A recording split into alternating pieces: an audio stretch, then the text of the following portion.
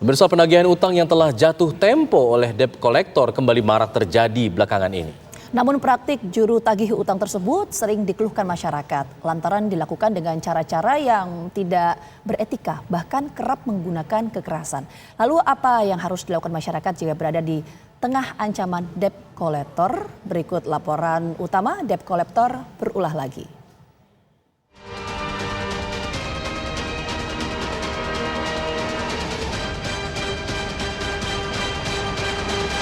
Nggak ada lagi tempatnya preman di Jakarta.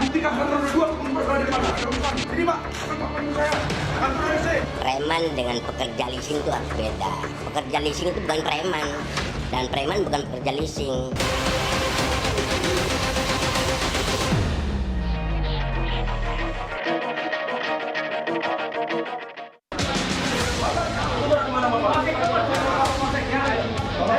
Ulah gerombolan penagih utang atau debt collector kembali meresahkan masyarakat. Kali ini korbannya adalah seorang selebgram bernama Clara Sinta. Dalam video yang viral, para juru tagih utang ini terlibat keributan saat menjalankan misinya. Yang membuat tercengang, debt collector ini berani membentak dan memaki polisi yang saat itu berusaha memediasi kedua belah pihak yang bertikai. Buntut viralnya aksi premanisme tersebut membuat Kapolda Metro Jaya Irjen Pol Fadil Imran murka. Jenderal Bintang 2 itu pun langsung menginstruksikan jajarannya untuk segera menangkap pelaku. Saya lihat ini preman ini udah mulai agak merajalela di Jakarta ini. Sampai tadi malam saya tidur jam 3, darah saya mendidih itu saya lihat itu anggota dimaki-maki begitu. Nggak ada lagi tempatnya preman di Jakarta. Jangan mundur lagi, sedih hati saya itu. Bolak-balik yang debt collector macam itu. Jangan biarkan dia lawan, tangkap, jangan pakai lama. Ini kasat serse ini jangan terlambat datang ke TKP kalau ada begitu. Cepat respon, cepat tangkap itu yang preman-preman kayak gitu. Debt collector itu kalau ada ngomongnya kasar, termasuk yang order itu. Siapa itu perusahaan leasing yang order itu? Nggak boleh lagi debt collector yang menggunakan kekerasan, menteror orang, nggak boleh. Tak butuh waktu lama, debt collector yang membentak polisi itu pun berhasil ditangkap. Praktik debt collector selama ini memang kerap dikeluhkan masyarakat.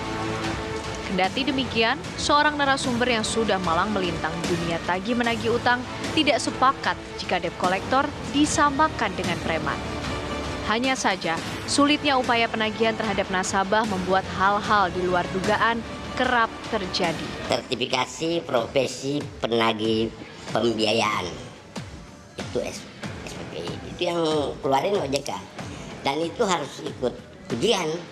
Kalau nggak lulus ya nggak bisa dapat kartu itu, dan itu resmi dari pemerintah. Kan OJK itu bank pemerintah, lembaga keuangan, BI, ya kan? Resmi dong. Kenapa mesti dilarang gitu loh? Cuma memang kadang-kadang adik-adik kita di lapangan tuh mungkin punya temperamen ya. Karena itu timbulnya dari nasabah juga. Nasabah tuh suka mancing emosi gitu. Para petugas lapangan tuh, anak-anak yang bekerja di lapangan tuh, yang punya utang tuh suka bikin emosi gitu loh, pada debt collector. Jadi sah-sah aja kalau memang mereka begitu, sah-sah aja gitu loh. Cuma SOP-nya itu mungkin ya kita harus datang baik-baik lah, kita ngomong baik-baik. Tapi kan kadang-kadang makanya saya bilang nasabah tuh kadang-kadang suka pancing orang di lapangan punya emosi gitu loh. Orang mau datang malah aja marah-marah gitu loh. Preman dengan pekerja leasing itu harus beda. Pekerja leasing itu bukan preman, dan preman bukan pekerja leasing. Pekerja leasingnya pekerja leasing, preman ya preman gitu loh. Jangan disamain gitu.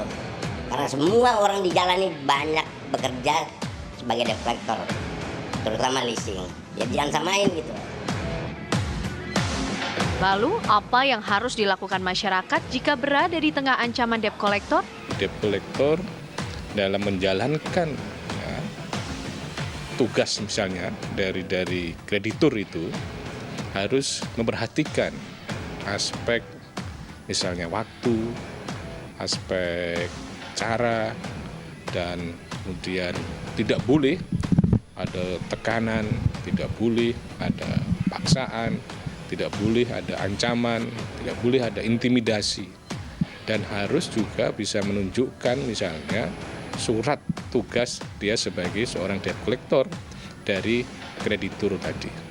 Jadi prinsip dasarnya adalah bahwa penggunaan debt collector tadi itu secara yuridis sebagai sebuah alternatif yang terakhir ya, ketika antara kedua belah pihak itu, antara kreditur dan debitur itu tidak mampu menyelesaikan soal utang piutangnya.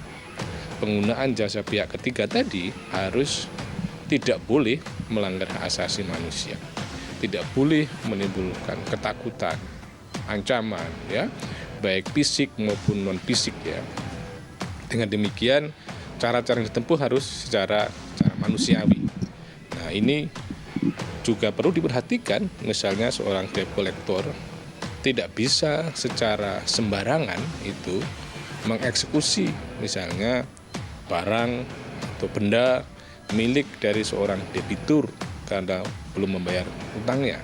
Karena kalau itu yang terjadi, bisa dilakukan tindak pidana misalnya pencurian.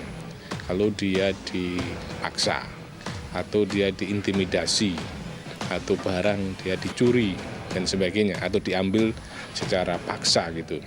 Atau dia masuk ke pekarangan yang seorang debitur tadi secara tidak izin, maka harus ada keberanian dari debitur tadi untuk melakukan tindakan-tindakan hukum dalam arti melaporkan kepada aparat penegak hukum. Itulah salah satu bagian yang bisa dilakukan agar debt collector tadi itu tidak melaksanakan tugasnya yang merugikan bersangkutan. Debt collector sejatinya merupakan profesi yang biasa digunakan kreditur untuk melakukan penagihan utang yang bermasalah. Namun karena cara-cara mereka yang tak beretika dan kerap menggunakan kekerasan, membuat profesi ini selalu dipandang sinis dan terlanjur memiliki citra negatif di masyarakat. Nggak ada lagi tempatnya preman di Jakarta. Preman dengan pekerja leasing itu harus beda. Pekerja leasing itu bukan preman, dan preman bukan pekerja leasing.